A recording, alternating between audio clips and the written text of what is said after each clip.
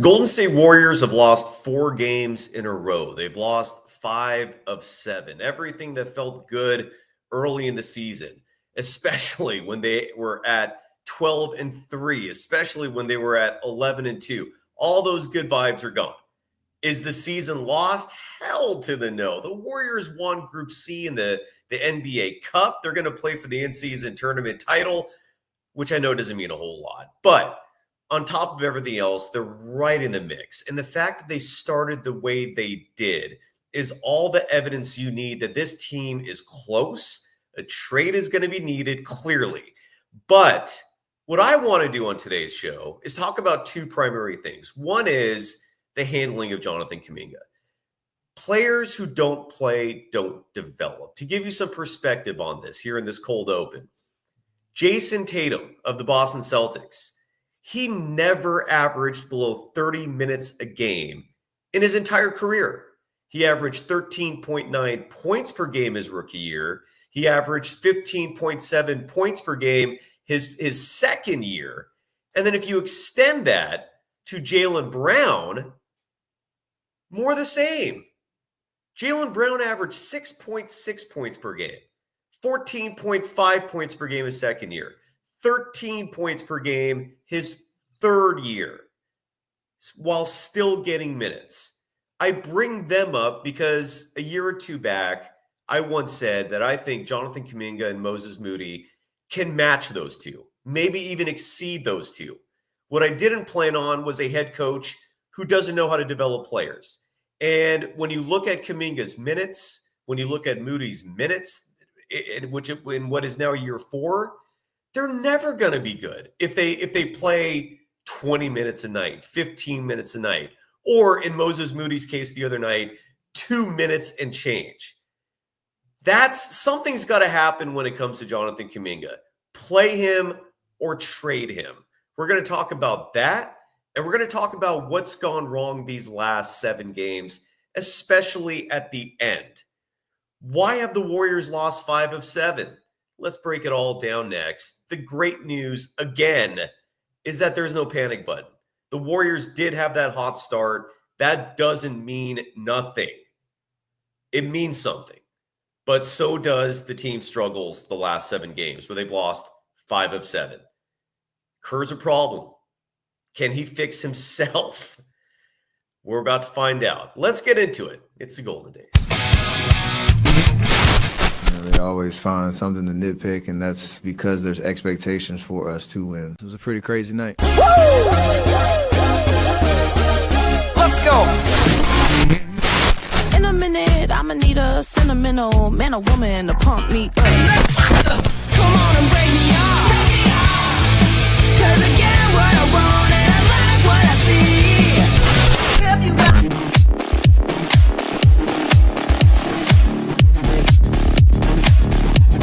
Hey now. Oh, Mondays are rough. Welcome to the Golden Days. I am one of your hosts. I'm your only host, actually, tonight. Sophia Jones will not be joining us. She is busy on the call for the USF Dons. So I do apologize if you're expecting a much more attractive person than myself besides me. So you will have to put up with me for the evening, and I hope that's all right with all of you. Before we get into the nitty-gritty of everything, let's give some love to the official sponsor of Golden Days. I'm not going to be saying that much longer because there's going to be more than one. But for now, they are the title sponsor, Bet Online, and they continue to be the world's most trusted betting platform and your number one source for online betting, from the earliest odds to in-game live betting. Bet Online provides you with all the action and the ability to watch the games as they happen, with the largest selection of odds on everything from football, the NBA, and college basketball, plus the NHL, plus UFC, and a whole lot more. Head to Bet Online today, and don't forget to use the promo code BELIEVE, BLEAV, for your welcome bonus on your first deposit. And side note, if someone does that during a live show or otherwise, let me know what that welcome bonus was. That sounds tantalizing, friends. Bet Online, the game starts here. The Golden State Warriors are struggling, folks. We had an episode last week with Damon Bruce where I broke down some of the targets out there that the Warriors can pursue in a deal where they don't have to give up much. There are assets available out there where you can prevent mortgaging the future to get these players. We covered that in detail last week, but make no mistake about it, they got to make a trade. This team, as currently constructed, is incomplete. This team, as currently constructed, leaves too many crutches and loopholes for Steve Kerr to abuse. But what I want to do for tonight's show, and just to give you an update on how the calendar looks for this week, on tomorrow night, post-game, it's Warriors and Nuggets. And I'll preview that at the end of today's show. Side note, Draymond Green did not practice today because of a sore calf. So he's now listed as questionable for tomorrow's game. That would be a huge blow for the Golden State Warriors if he was out. And that's always been one of my huge issues with this roster is what do you do if someone like Draymond is injured? You're so thin in the front court. I imagine Kyle Anderson getting a lot of extra minutes. I imagine Kevon Looney getting extra minutes, but neither of those two come anywhere close to replacing the contributions that Draymond Green provides on the court. So let's hope Draymond plays. That would be a potential death blow to the Warriors if Draymond is out. I wanted to quickly update everyone in case you're not familiar with this. The Golden State Warriors decided to not travel after their loss the other night to the Phoenix Suns. That was not the norm for basketball teams. Certainly not the norm for the Golden State Warriors. Usually, after a game like a Phoenix, when they're on the road, they get on a plane that night and they go right home. The Warriors, and I'm guessing they saw how productive that trip to Hawaii was. And I'm sure they've noticed the fact that this team, not always, it's a little more natural and normal this year in terms of home records versus road records. But last year, the Warriors were much better on the road. And maybe that's part of the reason why they're doing this. But the team, again, they did not come back home after that game in Phoenix. What they did instead is they stayed the night in Phoenix. And then they held a practice yesterday at Grand Canyon University. And again, the reason for that, twofold. One is it's chemistry building, right? You don't have the distractions of home, and those distractions can be anything from family to friends to whatever it is that seems to be affecting a lot of these players when they are in the San Francisco Bay Area versus when they're traveling. And two, and maybe more importantly, they're acclimating to Denver. You're not getting the altitude in Phoenix, but what you are getting is a same time code. And while I don't know what the travel schedule has been for the team, like I don't know where they practiced today, just off the top of my, just immediately, we're recording this right now at 4:48 p.m. But what I do know is they practiced yesterday in Phoenix, and more specifically at Grand Canyon University. They practiced today, which resulted in the news about Draymond Green. But I'm hoping they're in Denver today for that practice. And again, if the goal of staying on the road unnecessarily is to acclimate to that altitude, which causes a lot of problems for a lot of teams, brilliant move. I wholeheartedly sign off on it. I think it's a wise decision to keep the team on the road instead of adding all this extra travel. And if they're in Denver now, even better in terms of acclimating to that altitude. That is a huge issue for visiting teams when they play Denver, and to a lesser extent when they play the Utah Jazz. That altitude does make a difference. And the Denver Nuggets playing mind games at I forgot what the arena is called in Denver, but they make it very clear with these huge murals and signs that you're a mile up in terms of elevation. And it's totally just mental warfare because every player is seeing that, walking back and forth. They're reminded on a very consistent basis that they are in Denver, a place that is in the Rocky Mountains, or at least at the base of it. The city of Denver itself is approximately a mile high in altitude, and you do see players get winded as a result. So I do want to give kudos to whoever was the mastermind behind that decision to keep the team on the road, to practice yesterday at Grand Canyon University in the Phoenix area. And again, I don't know at this point in time. I'll try to figure it out like while I'm hosting a live show where today's practice was. I might be able to figure that out like right now. But regardless, I just want to give the coaching staff and the team credit for taking the initiative to keep the team on the road. Yeah, and they are. Okay, I can confirm this now with certainty that the Warriors are in fact practicing today at Ball Arena, where the Denver Nuggets play. So great news on that front. The Warriors, this is not something they've done before. And it's a good sign of how seriously they're taking this season as a whole, how seriously they're taking this game tomorrow night against a depleted Nuggets team that is beatable, although the challenge undoubtedly is very serious. Now, with that said, I guess there's a Lakers fan in the chat, but again, I'm not going to just block them because you're a Lakers fan. But again, don't spam the chat.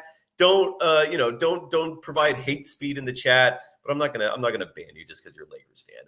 But just keep it respectful, please. Anyway, so the Warriors are in Denver right now, getting ready to take on the Denver Nuggets tomorrow, and we'll finish up today's show with a preview of that. In terms of what to expect, I'll let you know if there's any injuries pertaining to that game on both sides of the ball. I think the Warriors should be healthy, with the exception of DeAnthony Melton, and of course the late breaking news of Draymond Green having calf soreness or tightness. I can't remember what the report was. I already forgot. I'm sorry. But anyways, before we continue on, I want to play this soundbite that I missed from the last program. A program where I have officially had my fill of Steve Kerr in terms of the personnel decisions on this roster, who he's playing, who he's not playing. And that's going to be a huge theme of today's show, is what the hell has been going on these last 7 games in the fourth quarters, late in the games. Who's actually in the rotation? Who's out of the rotation? And those answers do reveal a little bit in terms of why the Warriors are struggling and losing these games. But I first want to play this clip from Anthony Slater. The Warriors seem to have 2 individuals traveling with the team total in terms of the media contingent.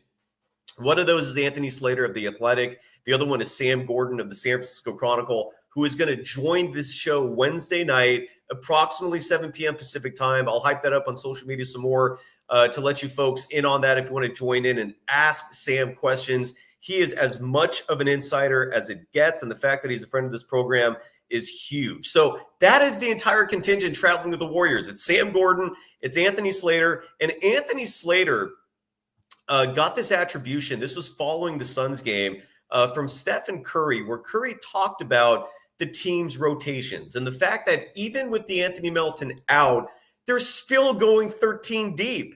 Pat Spencer's getting minutes now. Lindy Waters is still getting minutes, even though he's been recently taken out of the starting lineup. And the question is that a good thing? Like, do you need to force playing so many players? Pat Spencer was a feel-good situation 2 games ago in a game where he brought some much-needed energy into that clash. That was not replicated, unfortunately, in the last game, where he came in early. We saw him play in the first quarter of that loss to the Suns, but unfortunately, he did not match the output that he brought when the team played the Thunder the previous game. And again, the bigger question here is it worth it to play 13 dudes when you have players on your team who need rhythm, who need momentum, who need routine, right? A lot of us in this world are creatures of routine. And that especially applies to professional athletes. And so Stephen Curry was asked about that, and Stephen Curry gave an elaborate answer to that. So here is Stephen Curry talking to the massive media contingent traveling, covering the Golden State Warriors. There might be 1 or 2 media folks there as well from the Denver side of things. But when it comes to the Warriors coverage, Sam Gordon, Anthony Slater, props to you two. Hope the hotels are nice. And here is Anthony Slater. This was published on Threads on Slater's account. Curry's talking about the rotations and whether or not it's possibly time to simplify things. Here is Stephen Curry talking about these really deep rotations. Steph, how are your knees feeling? It felt good tonight. It was a rough start. I had to play better in the first half. Get myself going. Just kind of testing out, seeing how they respond with the little break, but it was good all the way through. So when you miss a little bit of, when I was on one game, the juices started flowing in the second half, and hopefully that carries over personally. But we got a lot to figure out as a team. Is what you're dealing with physically different than in past years? I know. Yeah.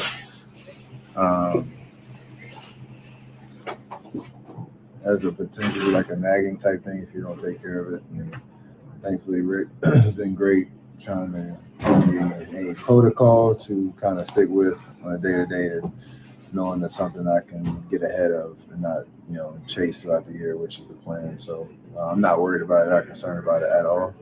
It's just the deeper you get into your career, the more things pop up, and you just got to, figure it out. Is that maybe why your minutes I think are like 29 per game round? Number one, are you okay with that? And is that where they need to be? What game was it? 19, I think. Might be. It's not a big record. The first 2 weeks was weird since we were a couple blowouts and missed the fourth quarters. There were a couple games where some extended breaks that you understand it's a long season. Every player wants to play more minutes, including myself. I think I can. I know I can, but you try to figure out a way to take advantage of the minutes that you're out there. And, our rotations are a little different this year. We only have so many guys.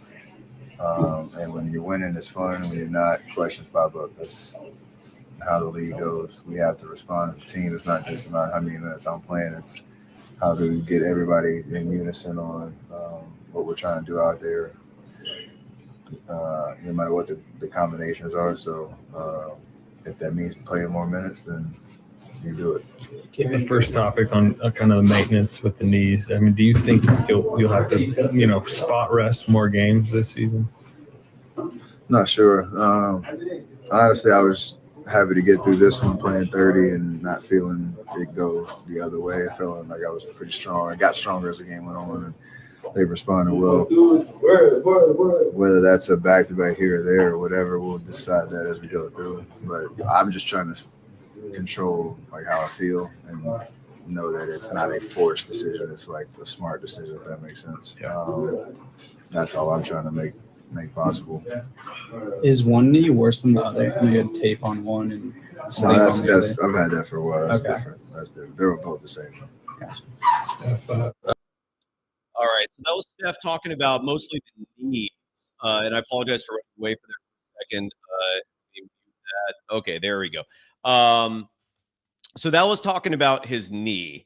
That was not the soundbite I more specifically wanted to play, and I'm going to play that for you right now. But while we're on the topic, this is where the depth is really important, right? And I hope my mic's working right now. I apologize for that not being connected to the start of the show. I imagine there's a difference in terms of quality there. But for any reason, if there's issues with that, I apologize tonight.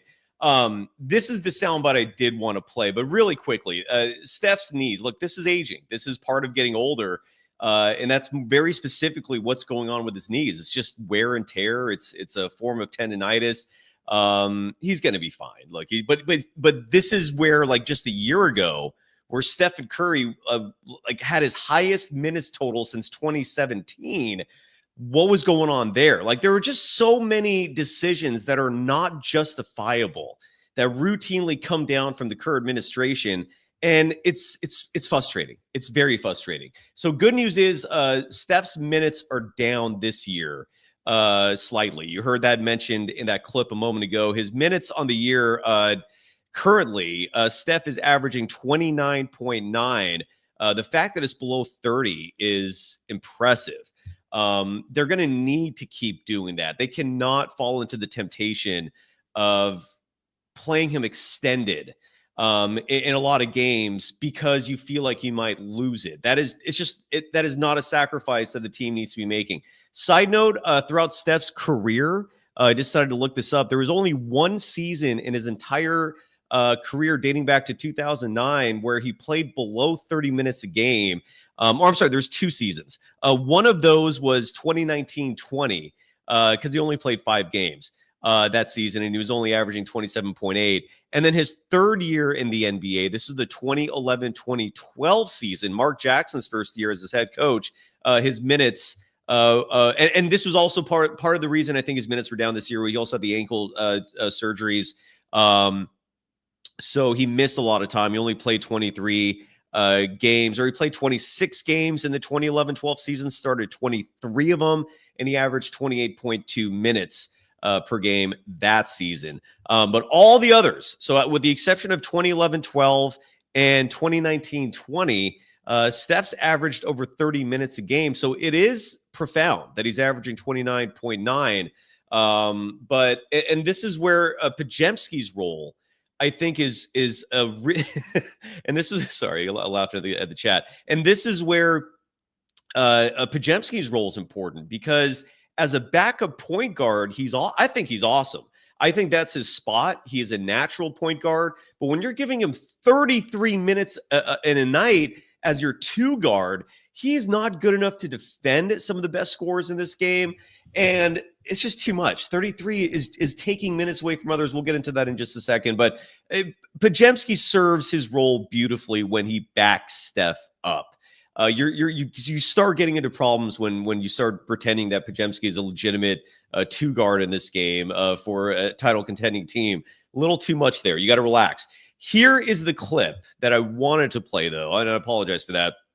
This is also from Anthony Slater, and this is pertaining to Steph's feelings about the rotation. I apologize again for playing that other clip, which was also good. I mean, it was nice to hear Steph's insights when it comes to his knees and aging, and his thoughts on his role in the team as he gets older. But here is Steph's comments when it comes to the rotations and whether or not maybe too many players are playing on the team. Here's Steph. Is it hard for you? It's the nature of being a professional in this league. It's always difficult to predict what's going to happen. We have a very unique circumstance with this team just because we've come in with the strength and numbers philosophy, and you want it to work and you want it to prove itself correct. We're on a 4-game losing streak, so you have to make adjustments, whatever that means, and everybody has to be ready for what they're asked to do. And if you're not playing, you have to stay sharp. It's hard as hell. No 2 ways around it. Mo played 2 minutes tonight. Kyle played 7. Like 3 games ago, Mo had the Brooklyn game. He had a stretch in the first half where he had 15 and played 4 minutes a second. It's just hard for everybody. So coach's job is to, again, make those tough decisions. It's our job to help him. If you're not playing, don't pout. Don't bring the locker room down. It doesn't help anybody, including yourself. And hopefully we turn the ship around and everybody's happy again. Do you think the rotation needs to shorten? It was 13 tonight in the first 14 minutes or something. I mean, the only thing I'll say is it is hard for anybody to know or try to get a rhythm and know, what you're going to be asked to do.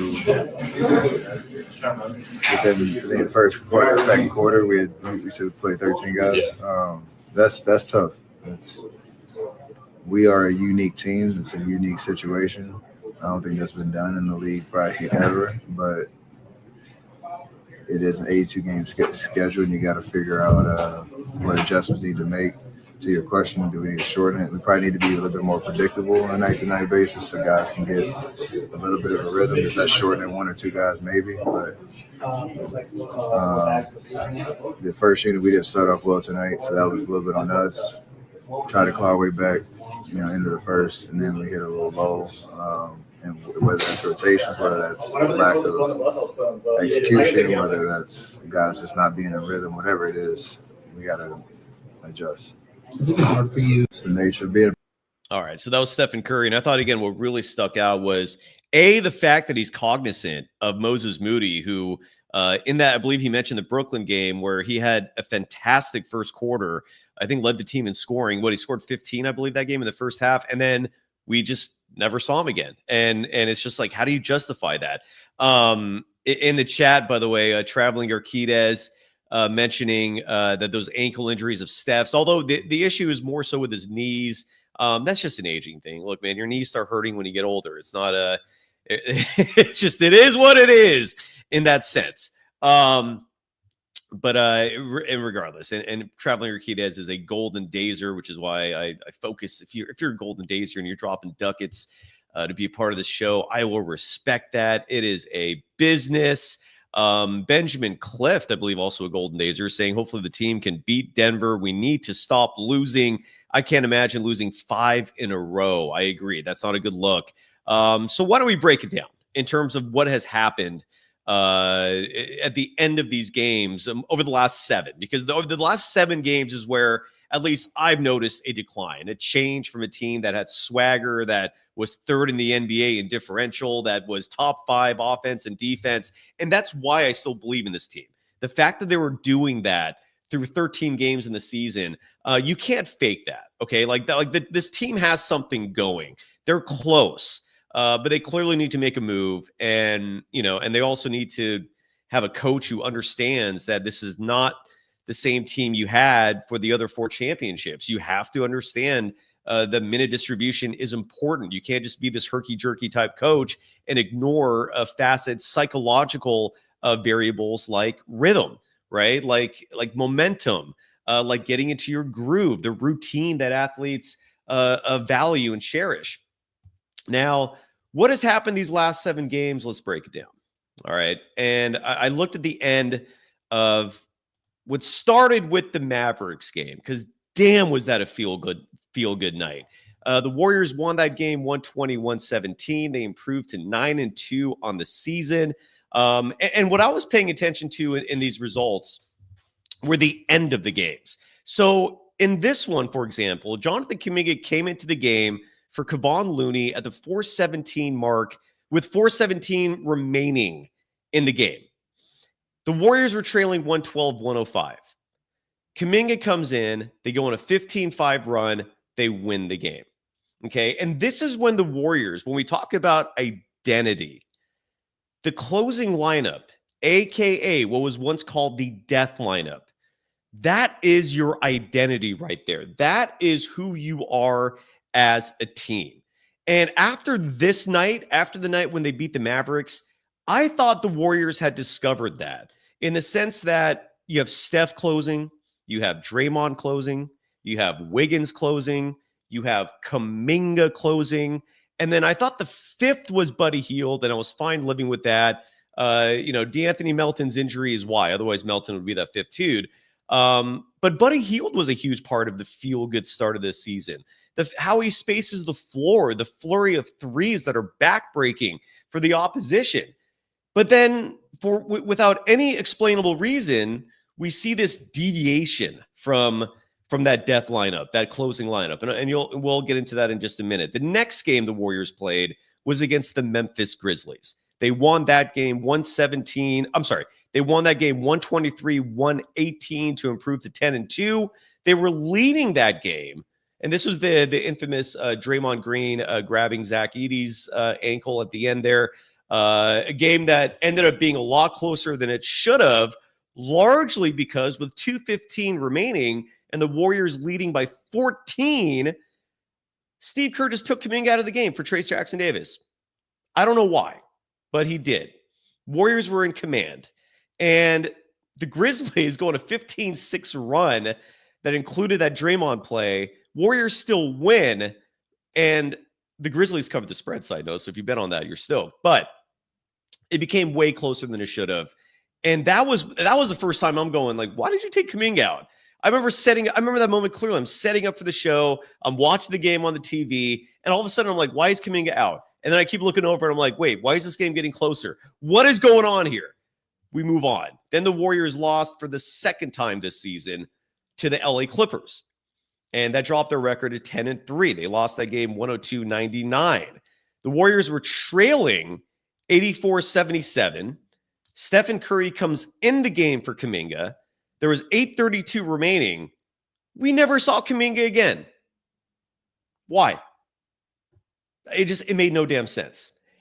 And again, this is where the rhythm, this is where that routine, You got to give these guys minutes. At the beginning of the show, I showed you, and I gave you the Celtics 2 stars, Jason Tatum, Jaylen Brown, as examples of why you need consistency. Young players have to play in order to be successful. Stephen Curry, his rookie year, played 80 games. He started 77 of them. He averaged 17.5 points per game. He averaged 36.2 minutes per game. Steph, his second year, averaged 33.6 minutes per game, averaging 18.6 points per game. The point is, when these players are young, and I know the haters, the detractors will come back and say the Warriors are not competing for titles then. That's fair, but how are they doing with this formula? I mean, is this leading to success, being herky-jerky? Never mind the fact that when Kuminga plays extensively, the results are positive. He is not sabotaging the team. Anyways, let's move on. The Warriors then beat the Atlanta Hawks. This was a blowout, folks. The Hawks, granted, are a hapless, awful team, but the Warriors won that game 120-97. They improved to 11-3 on the season. Kuminga scored 10 points, grabbed 4 boards in 9 minutes of first half play, and then he only played 5 minutes in the entire second half.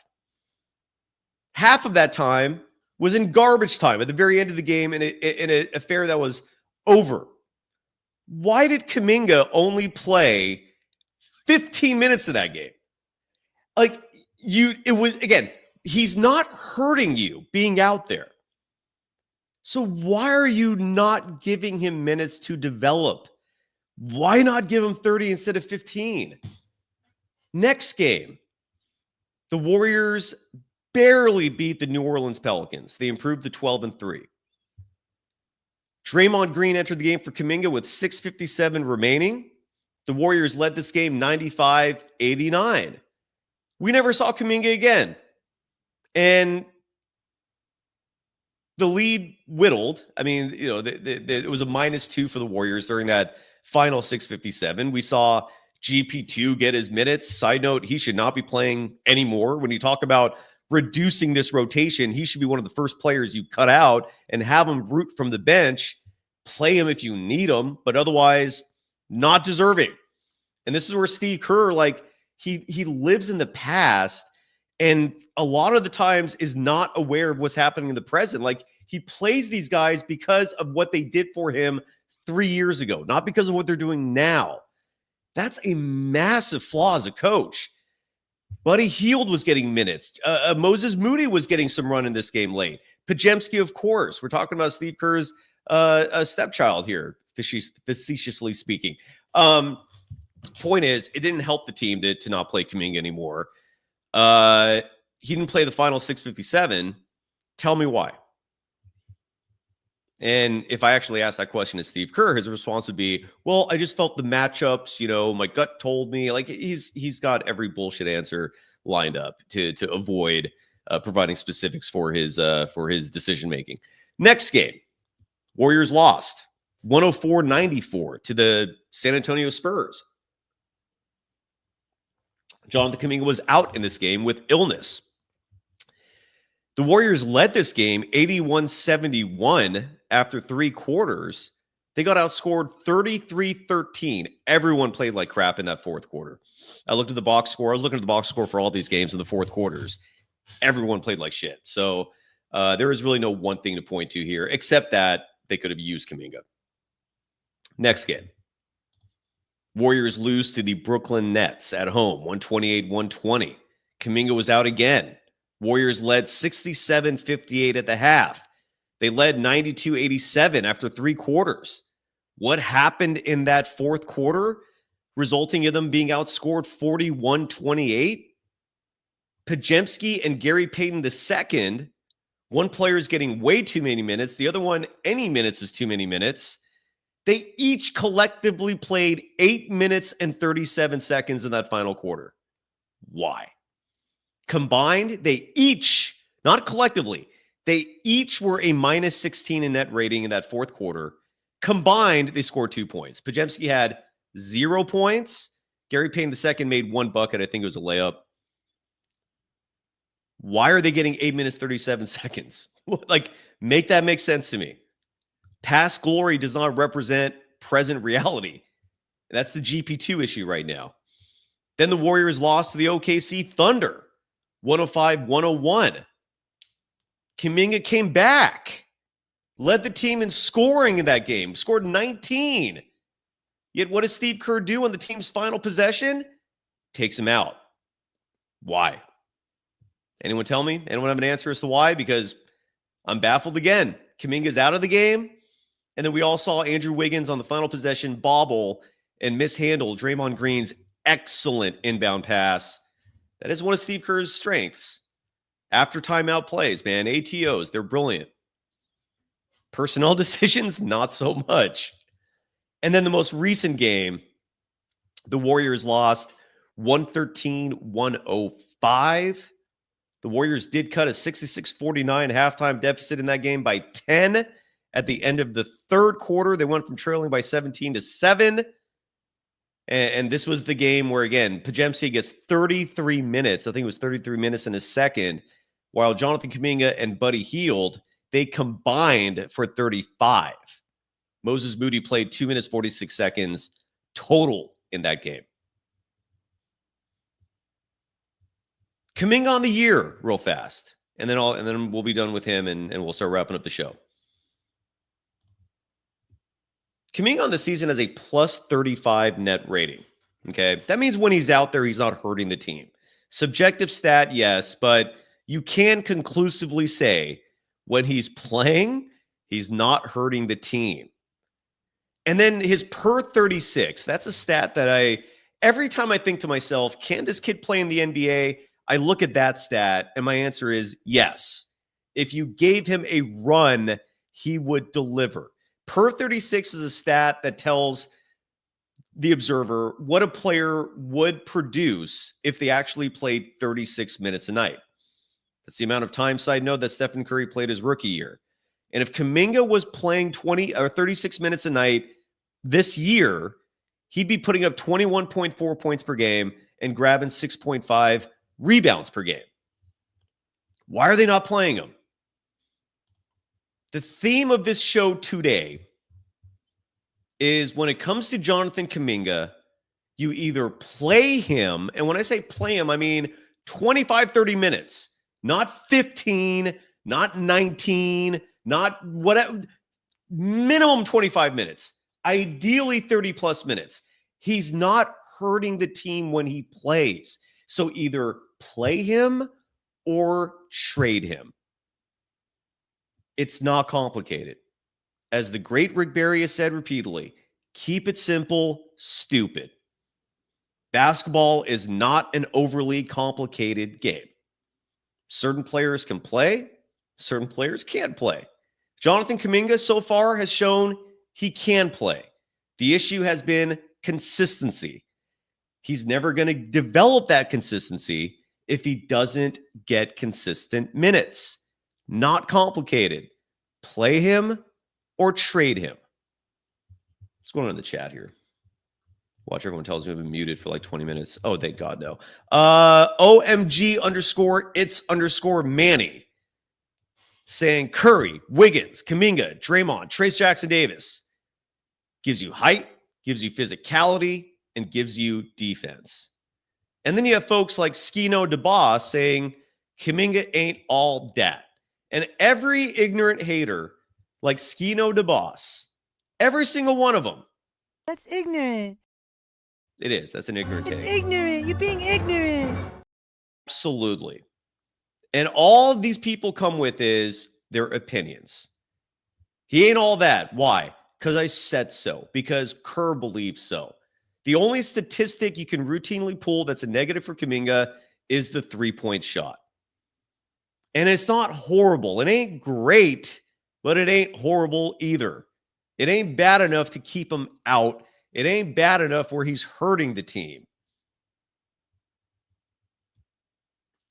I agree. Yada, yada mean saying that Kerr has to stop giving Podziemski more than 25 minutes during non-overtime games. And then you have Lucky Trey, another I don't know if you're a Kuminga hater. I don't know if you're a Kerr lover.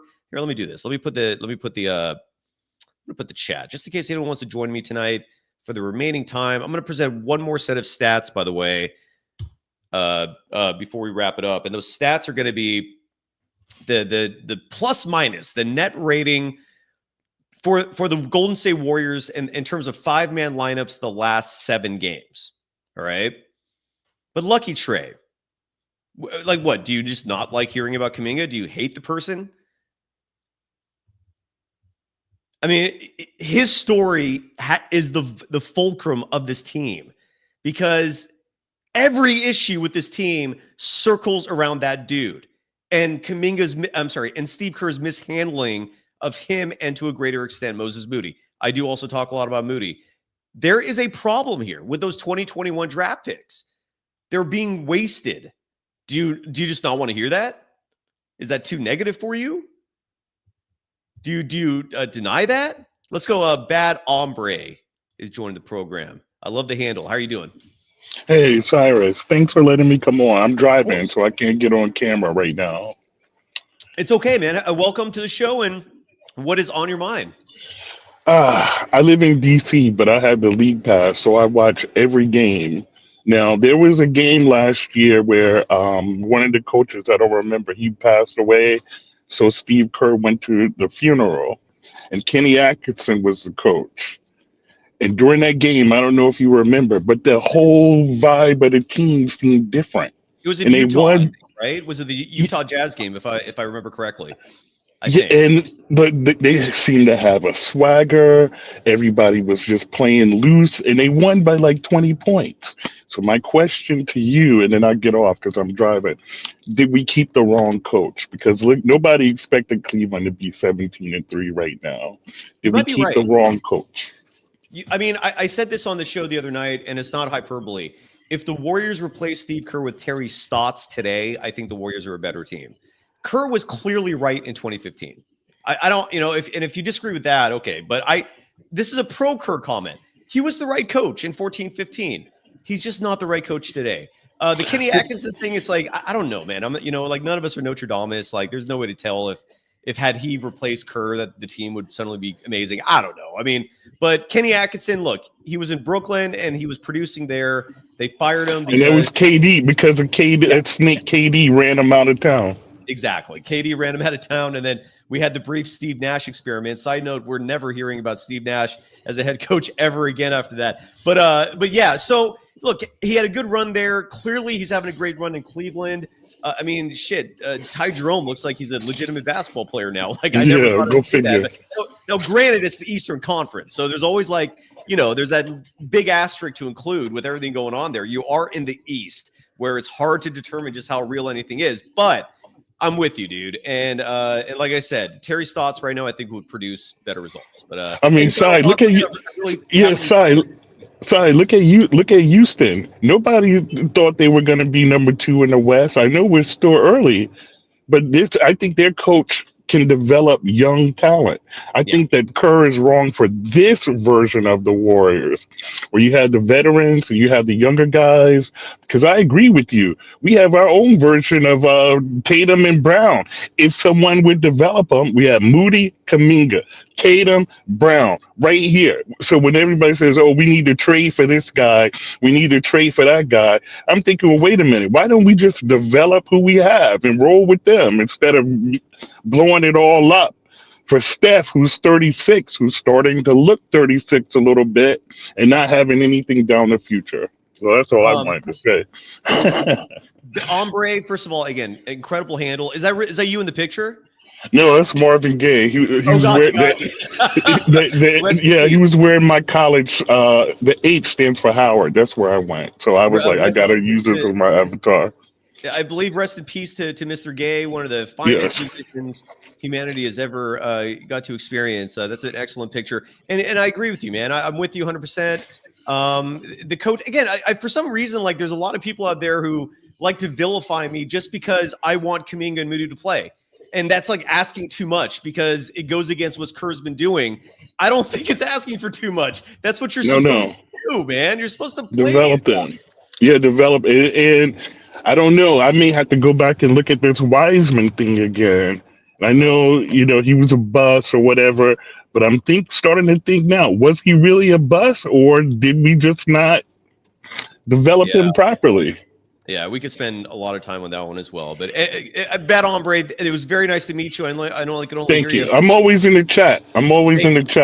Thank you, Hombre. And it was a pleasure Okay. having you on. I got other people that want to jump in as well. Okay, But I'm going to jump Hombre, off. have a great night, man. Stay safe in the East Coast, brother. Thank you. Okay, thank you. Let's go to, it's Manny. Do I got that right? Oh, my God, it's Manny. Manny. Yeah, what's up, Sai? How are you, man? I'm doing all right, brother. How are you? I'm good. I'm good. Thank you for having me on here, man. I'm out Thanks for- here in Florida, thank you. so whenever you have the post game show, I'm normally asleep because I got to work the next day. So I'm Where do you glad that work? you did a show earlier. Where do you work? I work at a hospital. Are you a nurse or what? No, what do you no, do? no. I work at the supply chain at the hospital. Okay, so dude, still you're part of Yeah. it, man. I mean, that's Yes, sir. You're part of like a place that were so much human, like for good or worse, just so much crazy human experience happens, man. You probably see a lot. Oh, And, definitely. And thank you for being an essential worker, man. This is our society deemed you too important to stay home during the pandemic, even though I guarantee you're not making anywhere near what the people that did stay home make in terms of Oh, money. yeah, absolutely not. But it is what it is. It's more about the impact, That's a in society the for us in community, this so. current age. Anyways, let's talk Warriors, man. What's on your mind, brother? So, man, listen, one thing that I have been noticing is, yeah, Steph is looking older. I mean, he is older. But one thing is, every time that Kerr decides to go with his small lineup, everybody's so focused on crashing the boards to grab the rebounds. Yes. The picks are not being set right. You see that Trace, you see Looney, they barely tap the defender that Curry has and dips to the line. So they're not really giving Steph the pick to allow him to get the spacing that he needs because everybody's so desperate to crash on the board. So that's making it hard for Steph to actually get going the way he wants to. In the earlier years, you saw that Steph will get off, at the beginning of the game because we played with more physicality, we played higher, we played bigger, which is why I keep, recommending the Steph Curry, Wiggins, Kuminga, Draymond, and Trace, because since with that lineup, you have more of the height, you have more of the physicality, you have more leniency to, make sure that you do the pick right, give Steph that spacing, and then crash the board. Why? Because now you have height. Now you can, especially if you have Kuminga, you throw it up in the air anywhere near the rim. Kuminga's is going to go ahead and get that and slam it in because he has the physicality. Yeah. Same thing with Trace Jackson Davis. And that's one thing that I've been noticing. Sometimes I see 4-guard lineups with Looney on the paint, and I'm like, what is going on against physical players? And so all they're doing, the one thing that I have been noticing that the teams are doing to break down Golden State's defense is they get a good driver. Yep. Everybody crashes in because they're so small to try to help out. Kick out to the 3-point line, maybe 1 or 2 more passes, and they always find someone open. Their perimeter defense is suffering because of their lack of height and the emphasis of crashing the board that they have because of the lack of size. There's a YouTuber out there. His handle or his name, whatever you want to call that, is Awful Coaching. And I want to play this clip. I'm only gonna play 1 minute, but Manny, stay with me. And Sports Talk, you're up next. I see you in there as well. But I want to play this clip real fast and just stay along with me if you don't mind. This is, again, the account is Awful Coaching, and I guess he plays clips. This guy creates clips of coaches that just do stuff that drives him crazy, and he yells and whatnot. Well, Steve Kerr showed up on his radar, and this is from the most recent Warriors Suns game. Side note, sincerest thanks to, I think it was Brandon Terrell, who emailed me this link. I got a kick out of it. Didn't watch the whole thing because you kind of figure out pretty early what the theme is. But again, and I hope YouTube doesn't force me to take this down. So if you're watching a recording and this doesn't show up, that's why, even though I don't understand how Awful Coaching can keep it up. Anyways, here is, according to Awful Coaching, why Steve Kerr is an awful coach. Here we go. Steve Kerr is why I would never in a million years bring a child into this world. The politics and garbage with this Warriors team. You got Steve Kerr's idiot son coaching the G League team too. Steve Kerr's a disaster. Draymond Green. I'm staying underneath Kevin Durant. If he goes over the downscreen, we're going to chase over the top. Trace Jackson Davis will need to be attached with his arms extended. None of those things happen. Draymond Green's leaning towards the down screen early, not chasing. Trace Jackson Davis is nowhere. So now Kevin Durant's going to beat Draymond Green back door. Now Trace Jackson Davis has to worry about that and can't get out to Plumlee. So now he's got to sprint back out to guard Plumlee as he's coming uphill. Plumlee's going to go downhill and blow right by you. This draws help at the rim. Why is Steve Kerr's son coaching the G League team? I would never bring a child into a world where Steve Kerr gets paid to coach basketball. All right, so I'm going to stop it there because the majority of the clip is him just bringing up a lot of plays like that where defenders like Trace Jackson Davis, Andrew Wiggins was called out a lot in this clip for basically not playing aggressive defense, for not doing basic fundamental things defensively, like fighting over screens, like staying a step ahead of your defender. In that play, for example, where Mason Plumlee just blew right by Trace Jackson Davis. That should never happen, side note. But now his son, Nicholas Kerr, you'll never hear me say his first name shortened Nick, along with the last name for obvious reasons. You'll also never hear Kevin Dana say that in a broadcast. So Nicholas Kerr getting strays, I thought that was funny, unnecessary, but funny. But at the same time, Kerr's coaching is getting attention from a lot of non-Warriors platforms like awful coaching. Manny, what was your thought to that quick clip? Man, and that's exactly what I was talking about. You know, they're overhelping. Sometimes they're running too small. They're getting lost out there because the rotations are not set. You know, sometimes you'll have Kuminga come in eighth off the bench. Sometimes he's sixth. Sometimes not. There's no set rotation, so they look lost out there. They look discombobulated. They look like they don't know. They're not used to it. They haven't figured out a good. They don't have the chemistry with a good set, you know, rotation to then go ahead and play off of the defense of each other to, you know, take advantage of the positives of someone's better defensive skills rather than other, you know, try to cover the weaknesses and all that kind of stuff because the rotations are so they're so scrambled.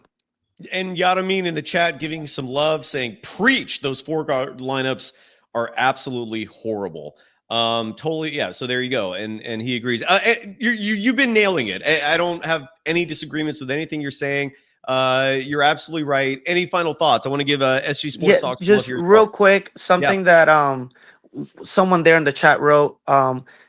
The word ignorance doesn't mean that you are dumb or stupid. The word ignorance means lack of knowledge. Fair. So when Sai is calling some of you guys ignorant, it's not doing it as an insult. It's more lack of knowledge. Sai is here studying day in, day out. So whenever he's talking about, for example, the whole give Moody, give Kuminga, it's not that this is a Kuminga show. It's not that this is a Moody show. All we're trying to see is give them minutes so that we can then figure out exactly what it is. You cannot find the result of an experiment unless you actually perform the experiment. And we can't predetermine the result of it when we haven't even seen it happen. So give these guys the time that they need to on the floor get factual information as to what they are able to do on the floor so that we know exactly what type of players can they be. Because right now all we're getting is 5-10 minutes. Sometimes they don't even get warmed up enough to get going in the game,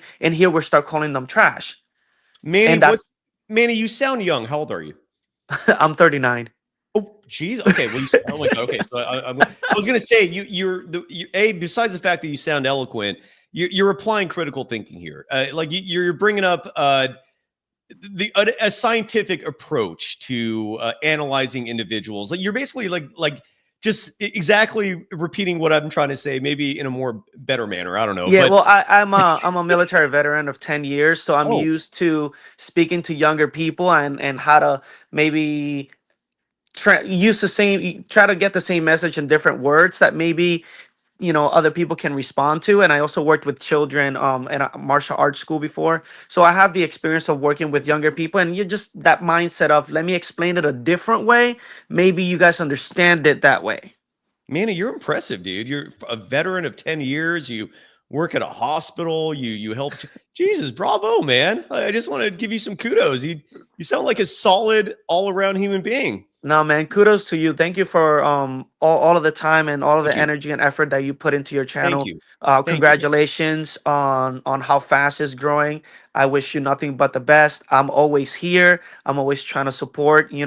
Maybe it's 199 here, 199 there, but I know that it goes a long way. And it's just to show the people out there, the viewers out there, that it is really good content. Otherwise, people wouldn't be subscribing, people wouldn't be supporting it if it wasn't worth it. Thank you. So thank you, Sai.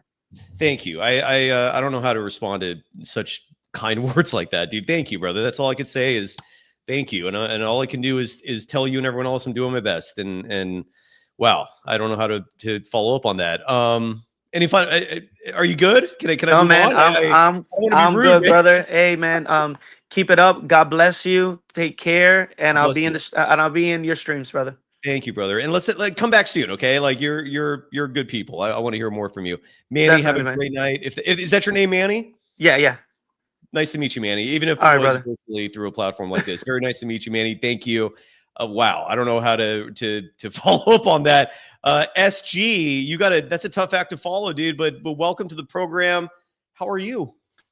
Sai, I'm doing a phenomenal. How are you doing tonight? What your name's Deshaun, right? I'm sorry.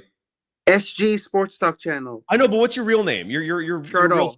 What is it? Shardal. Shardal, thank you. I forgot. That's what I forgot. Shardal, it is great to have you joining us tonight. How are you? And what's on your mind? Sai, how are you doing tonight? Doing okay. Great man. coming on the show. I love all your content and your videos, man. I love you. You do a great job on the channel, man. I love that you go live every time. Doesn't matter who you get on the stream. Thank you. This needs What to made stop. you? Let's not being so nice to like. I can't. I don't know how to handle this. So let's move on. I really do appreciate it. I don't want to cry on camera, brother. What's on your mind, man? What's driving you crazy about the Warriors? Right now. I'm doing great. We lost to the Suns yesterday. We could have won that game yesterday. It was a great game on both sides. I mean, both teams played well. The Suns and the Warriors both played well. Curry only got 23 points. I thought Curry would have a more spectacular shooting performance. I thought he would explode for like 50 or 60 yesterday. But unfortunately he didn't have like the shooting performance wasn't that high as we expect from Steph Curry, one of the greatest shooters on the planet. Shardal, do you want to hear what the worst lineup is for the Warriors the past 7 games in terms of net rating? I would. All right. So this is courtesy. And again, I narrowed this down to just the last 7 games, right? Because that's where a lot of the issues have started to pop up. The lowest rated lineup for the Golden State Warriors, these last 7 games, Steph, Draymond, Wiggins. That's kind of an eek, right? But, they're consistently out there together. The other 2, I don't think it's going to surprise you given what we've been talking about on this show, Gary Payton II and Brandon Pajemski. The last 7 games, that lineup's a -11. The worst on the entire Warriors, Steph, Dre, Wiggins, GP2, Brandon Pajemski. Those 5 should not be playing together. Your thoughts on that, Shardal? I agree with you. I agree 100%. Those 5 players should not be playing together. And I don't know why Steve Kerr is this egotistical type of guy who wants to start players like that and put them together, but he doesn't know that, they're not going to work well together. Yeah, I don't either, man. I don't either. He's egotistical. I mean, I can compare, I don't know why he does that. Just like he knows those players are not going to meld together, but he still ends up putting them together thinking that they're going to make something happen, which I don't really, which I don't Right. No, you're right. You're absolutely right. I just, I'm smiling because unpopular truth in the chat. If you're going to write this, he writes, and this is a hypothetical question to Moses Moody. How do you feel about your role with the team, Moses Moody? And you know how Moses Moody's going to respond to that. I mean, it sucks. Sorry, that I couldn't help it. Continue on, Shardal. I apologize. So what I was trying to say is that those 5 players don't work well together, and I don't know why Steve Kerr ends up putting them together, thinking that they're gonna make some magic happen. No magic is gonna happen. You got to work hard, no matter who's in the game. Absolutely right, Pajemski man. in the game, Wiggins in the game, Curry in the game, Green in the game. Doesn't matter who you put in the game; those players have to put up numbers. I If wholeheartedly they agree. don't put up numbers, why put them in the game, right? Like they're not going to do anything special. And I don't understand that as a Warriors fan, because I've been you're right. I've been You're supporting absolutely the right. Warriors for so many years, and I don't understand why Kerr puts players who are not supposed to be in the game. He puts them in the starting lineup. You're right. You're absolutely right. It makes and Chardol, this is where I sometimes, my passion overtakes me. It's like it's hard to keep it cool when nonsensical things are just happening over and over and over again. Things that are happening where none of us can answer the why of it, right? If you can't answer the why of it, congratulations. You poked me. And I'm gonna lose my mind because I like things that make sense in this world, Chardol. Don't you? I totally understand. Totally understand where you come from. Totally understand it. Oh my God. You and Yeah. you and I agree on the same point.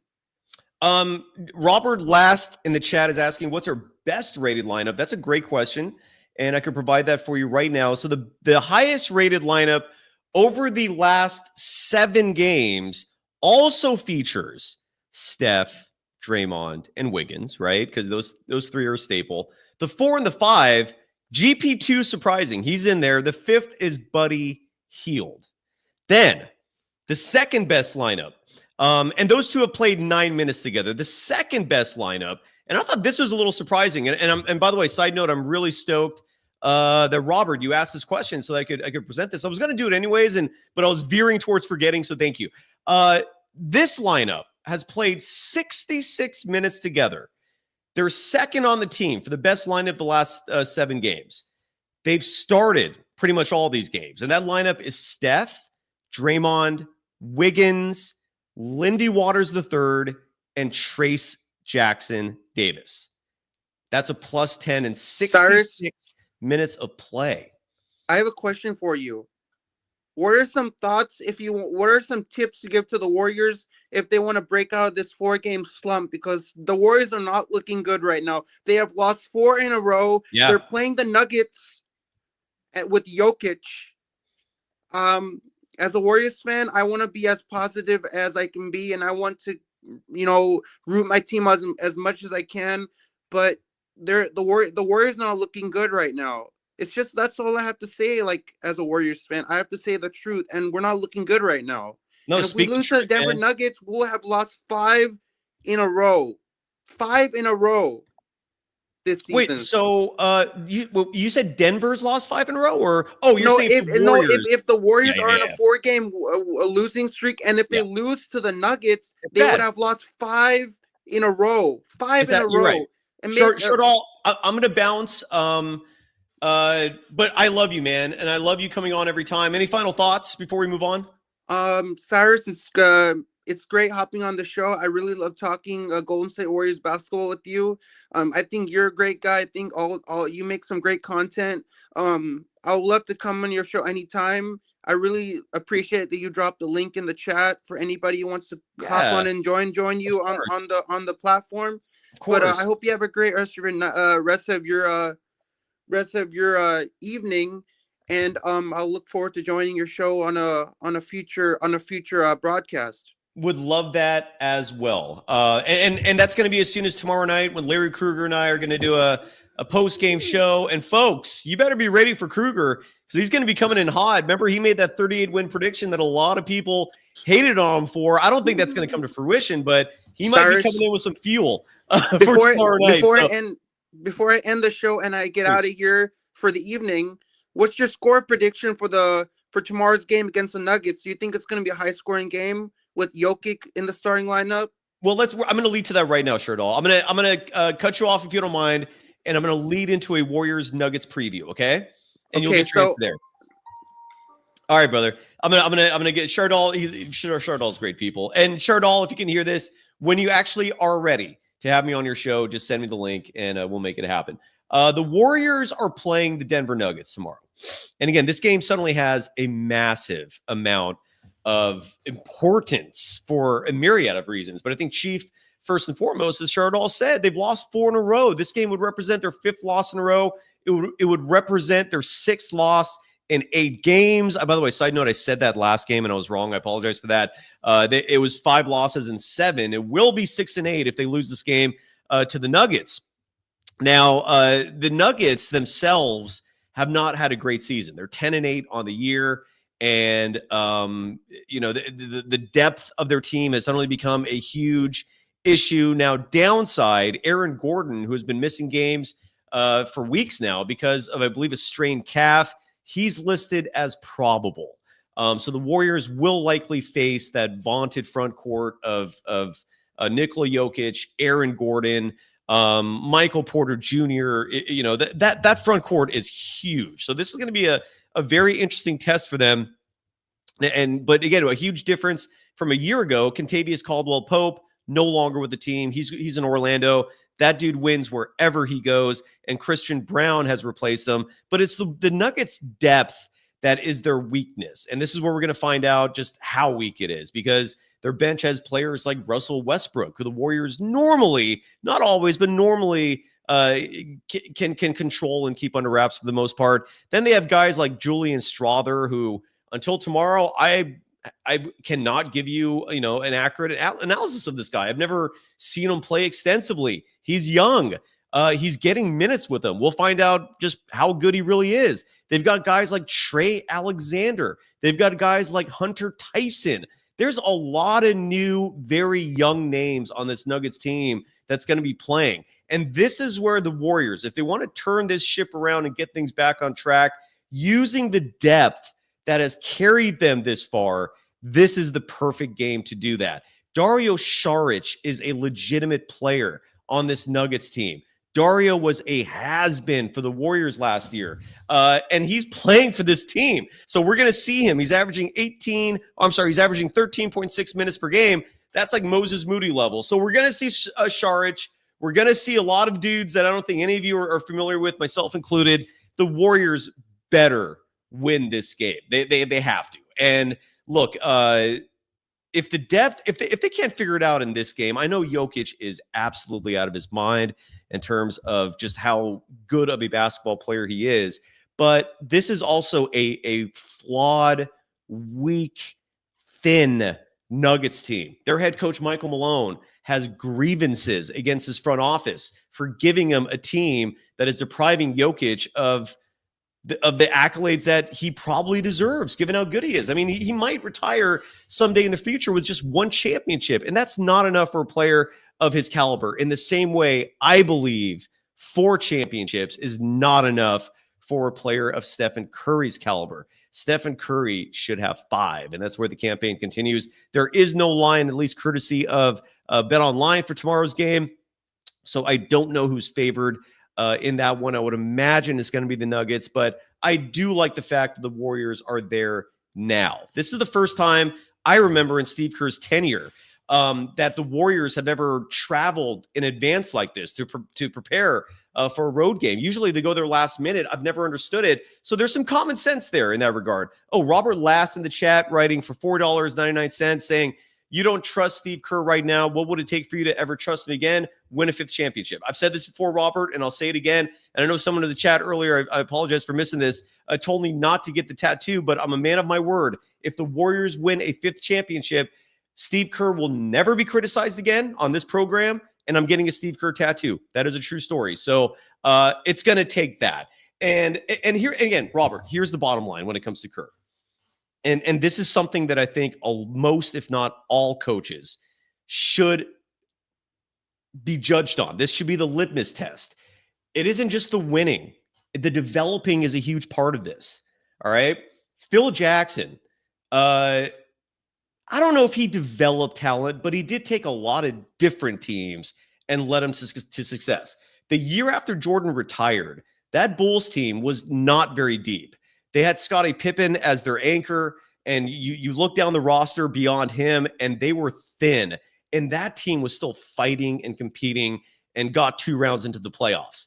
That, to me, is something that I've never seen Steve Kerr do. Take a team with very limited talent and still produce success. But more importantly, it's the development of young players that I've yet to ever see occur under Steve Kerr. And he's had his opportunities to develop this talent, and he's failed miserably at it. Ramona Shelburne wrote an excellent piece that did nothing but substantiate what I've been saying for 2+ years in regards to the behind-the-scenes conflict, where Bob Myers said, enough, I can't deal with this anymore. Like, I have a coach who's going to do it his way no matter what, and I don't agree with that anymore. I'm out. This ain't worth it. And so for me, it's just making some goddamn sensible decisions on the court, and that includes giving the right players the right amount of time. But B, it's that 5th title, man. I will shut up forever. Pinoy reformat, you're absolutely right. Popovich developed Kawhi Leonard, and this is who Kuminga could have been for Steve Kerr. Kuminga was supposed to be the Kawhi Leonard and not the guy that's just being jerked around like he is. Totally with you. Anyways, are we good? Are we done? Gamer F2P writing, I hope Sharge points to Steve Kerr when he hits a 3. We shall see. We're coming to you live tomorrow right after that Warriors-Nuggets game.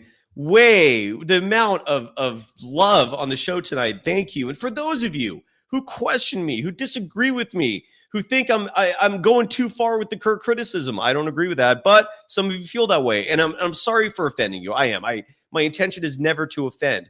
But I do post that link for those of you who don't agree with me to come on this platform and present your side of things in terms of why maybe I shouldn't be this critical of Kerr. And no one ever takes advantage of that. One dude did. I gave him like 5 minutes, and then he just wouldn't stop talking over me. This was like 4 months ago, so I eventually had to mute him and boot him, but I still gave him like 10 minutes.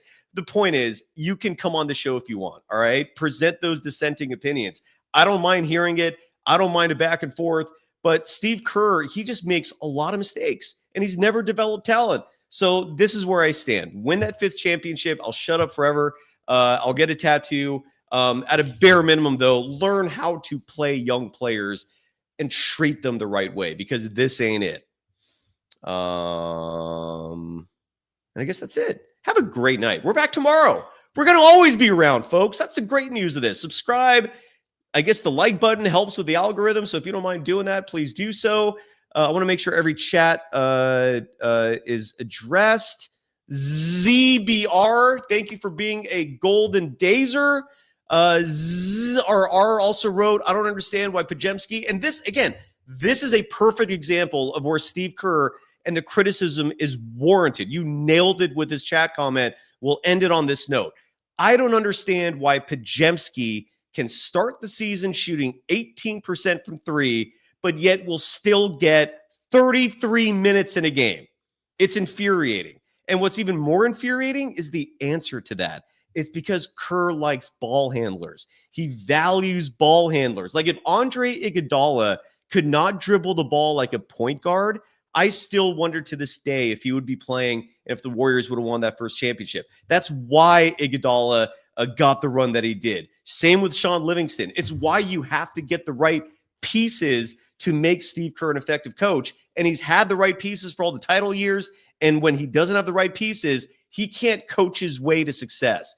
He does what he thinks is best. He's so overly focused on the read and react. Like, when you see Spurs basketball at its finest, which is, and when the Warriors played the Spurs the other last week, there were examples of this where the ball's just zipping. Players are moving the second the ball's passed. And the team collectively is so fast that the defense is just out of their league. They can't keep up. When you're seeing that, that's what Kerr wants, right? The problem is that alone is not enough. You also need actual talent. And this is a game that also has a lot of size. This is a game that is also caught up to the motion offense. They're much more prepared for it than they were 10 years ago. So this emphasis on ball movement, this emphasis on ball handling, the fact that the amount of weight Kerr puts on it is where he loses me. This is the NBA. If this were high school, I get it. You want elite ball handlers so you could feel comfortable knowing that at least one of your players out there is not going to turn it over or not choke if he faces a double team. Same with college. You can also understand it to a certain degree as well. In the NBA, these guys know how to dribble the ball.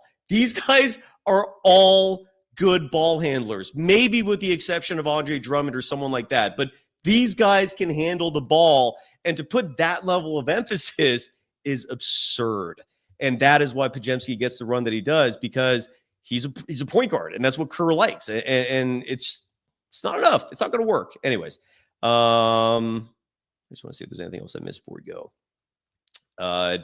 Eddie757 adding that you can't play shooting guard 30 minutes if he's shooting 18% from three. Yeah, and look, I actually was praising Podziemski for the Suns game where he played 33 minutes. He had a good game, wasn't a great game, and he only scored 12 points.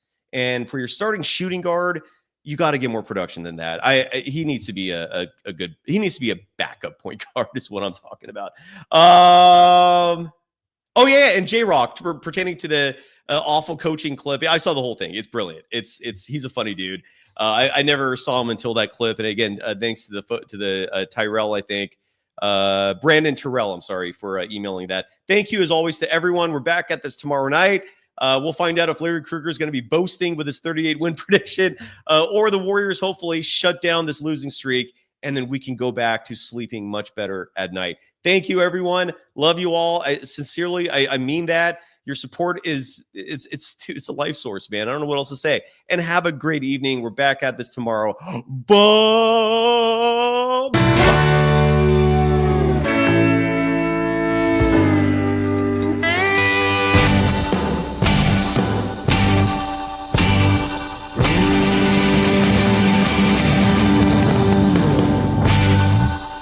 Bub.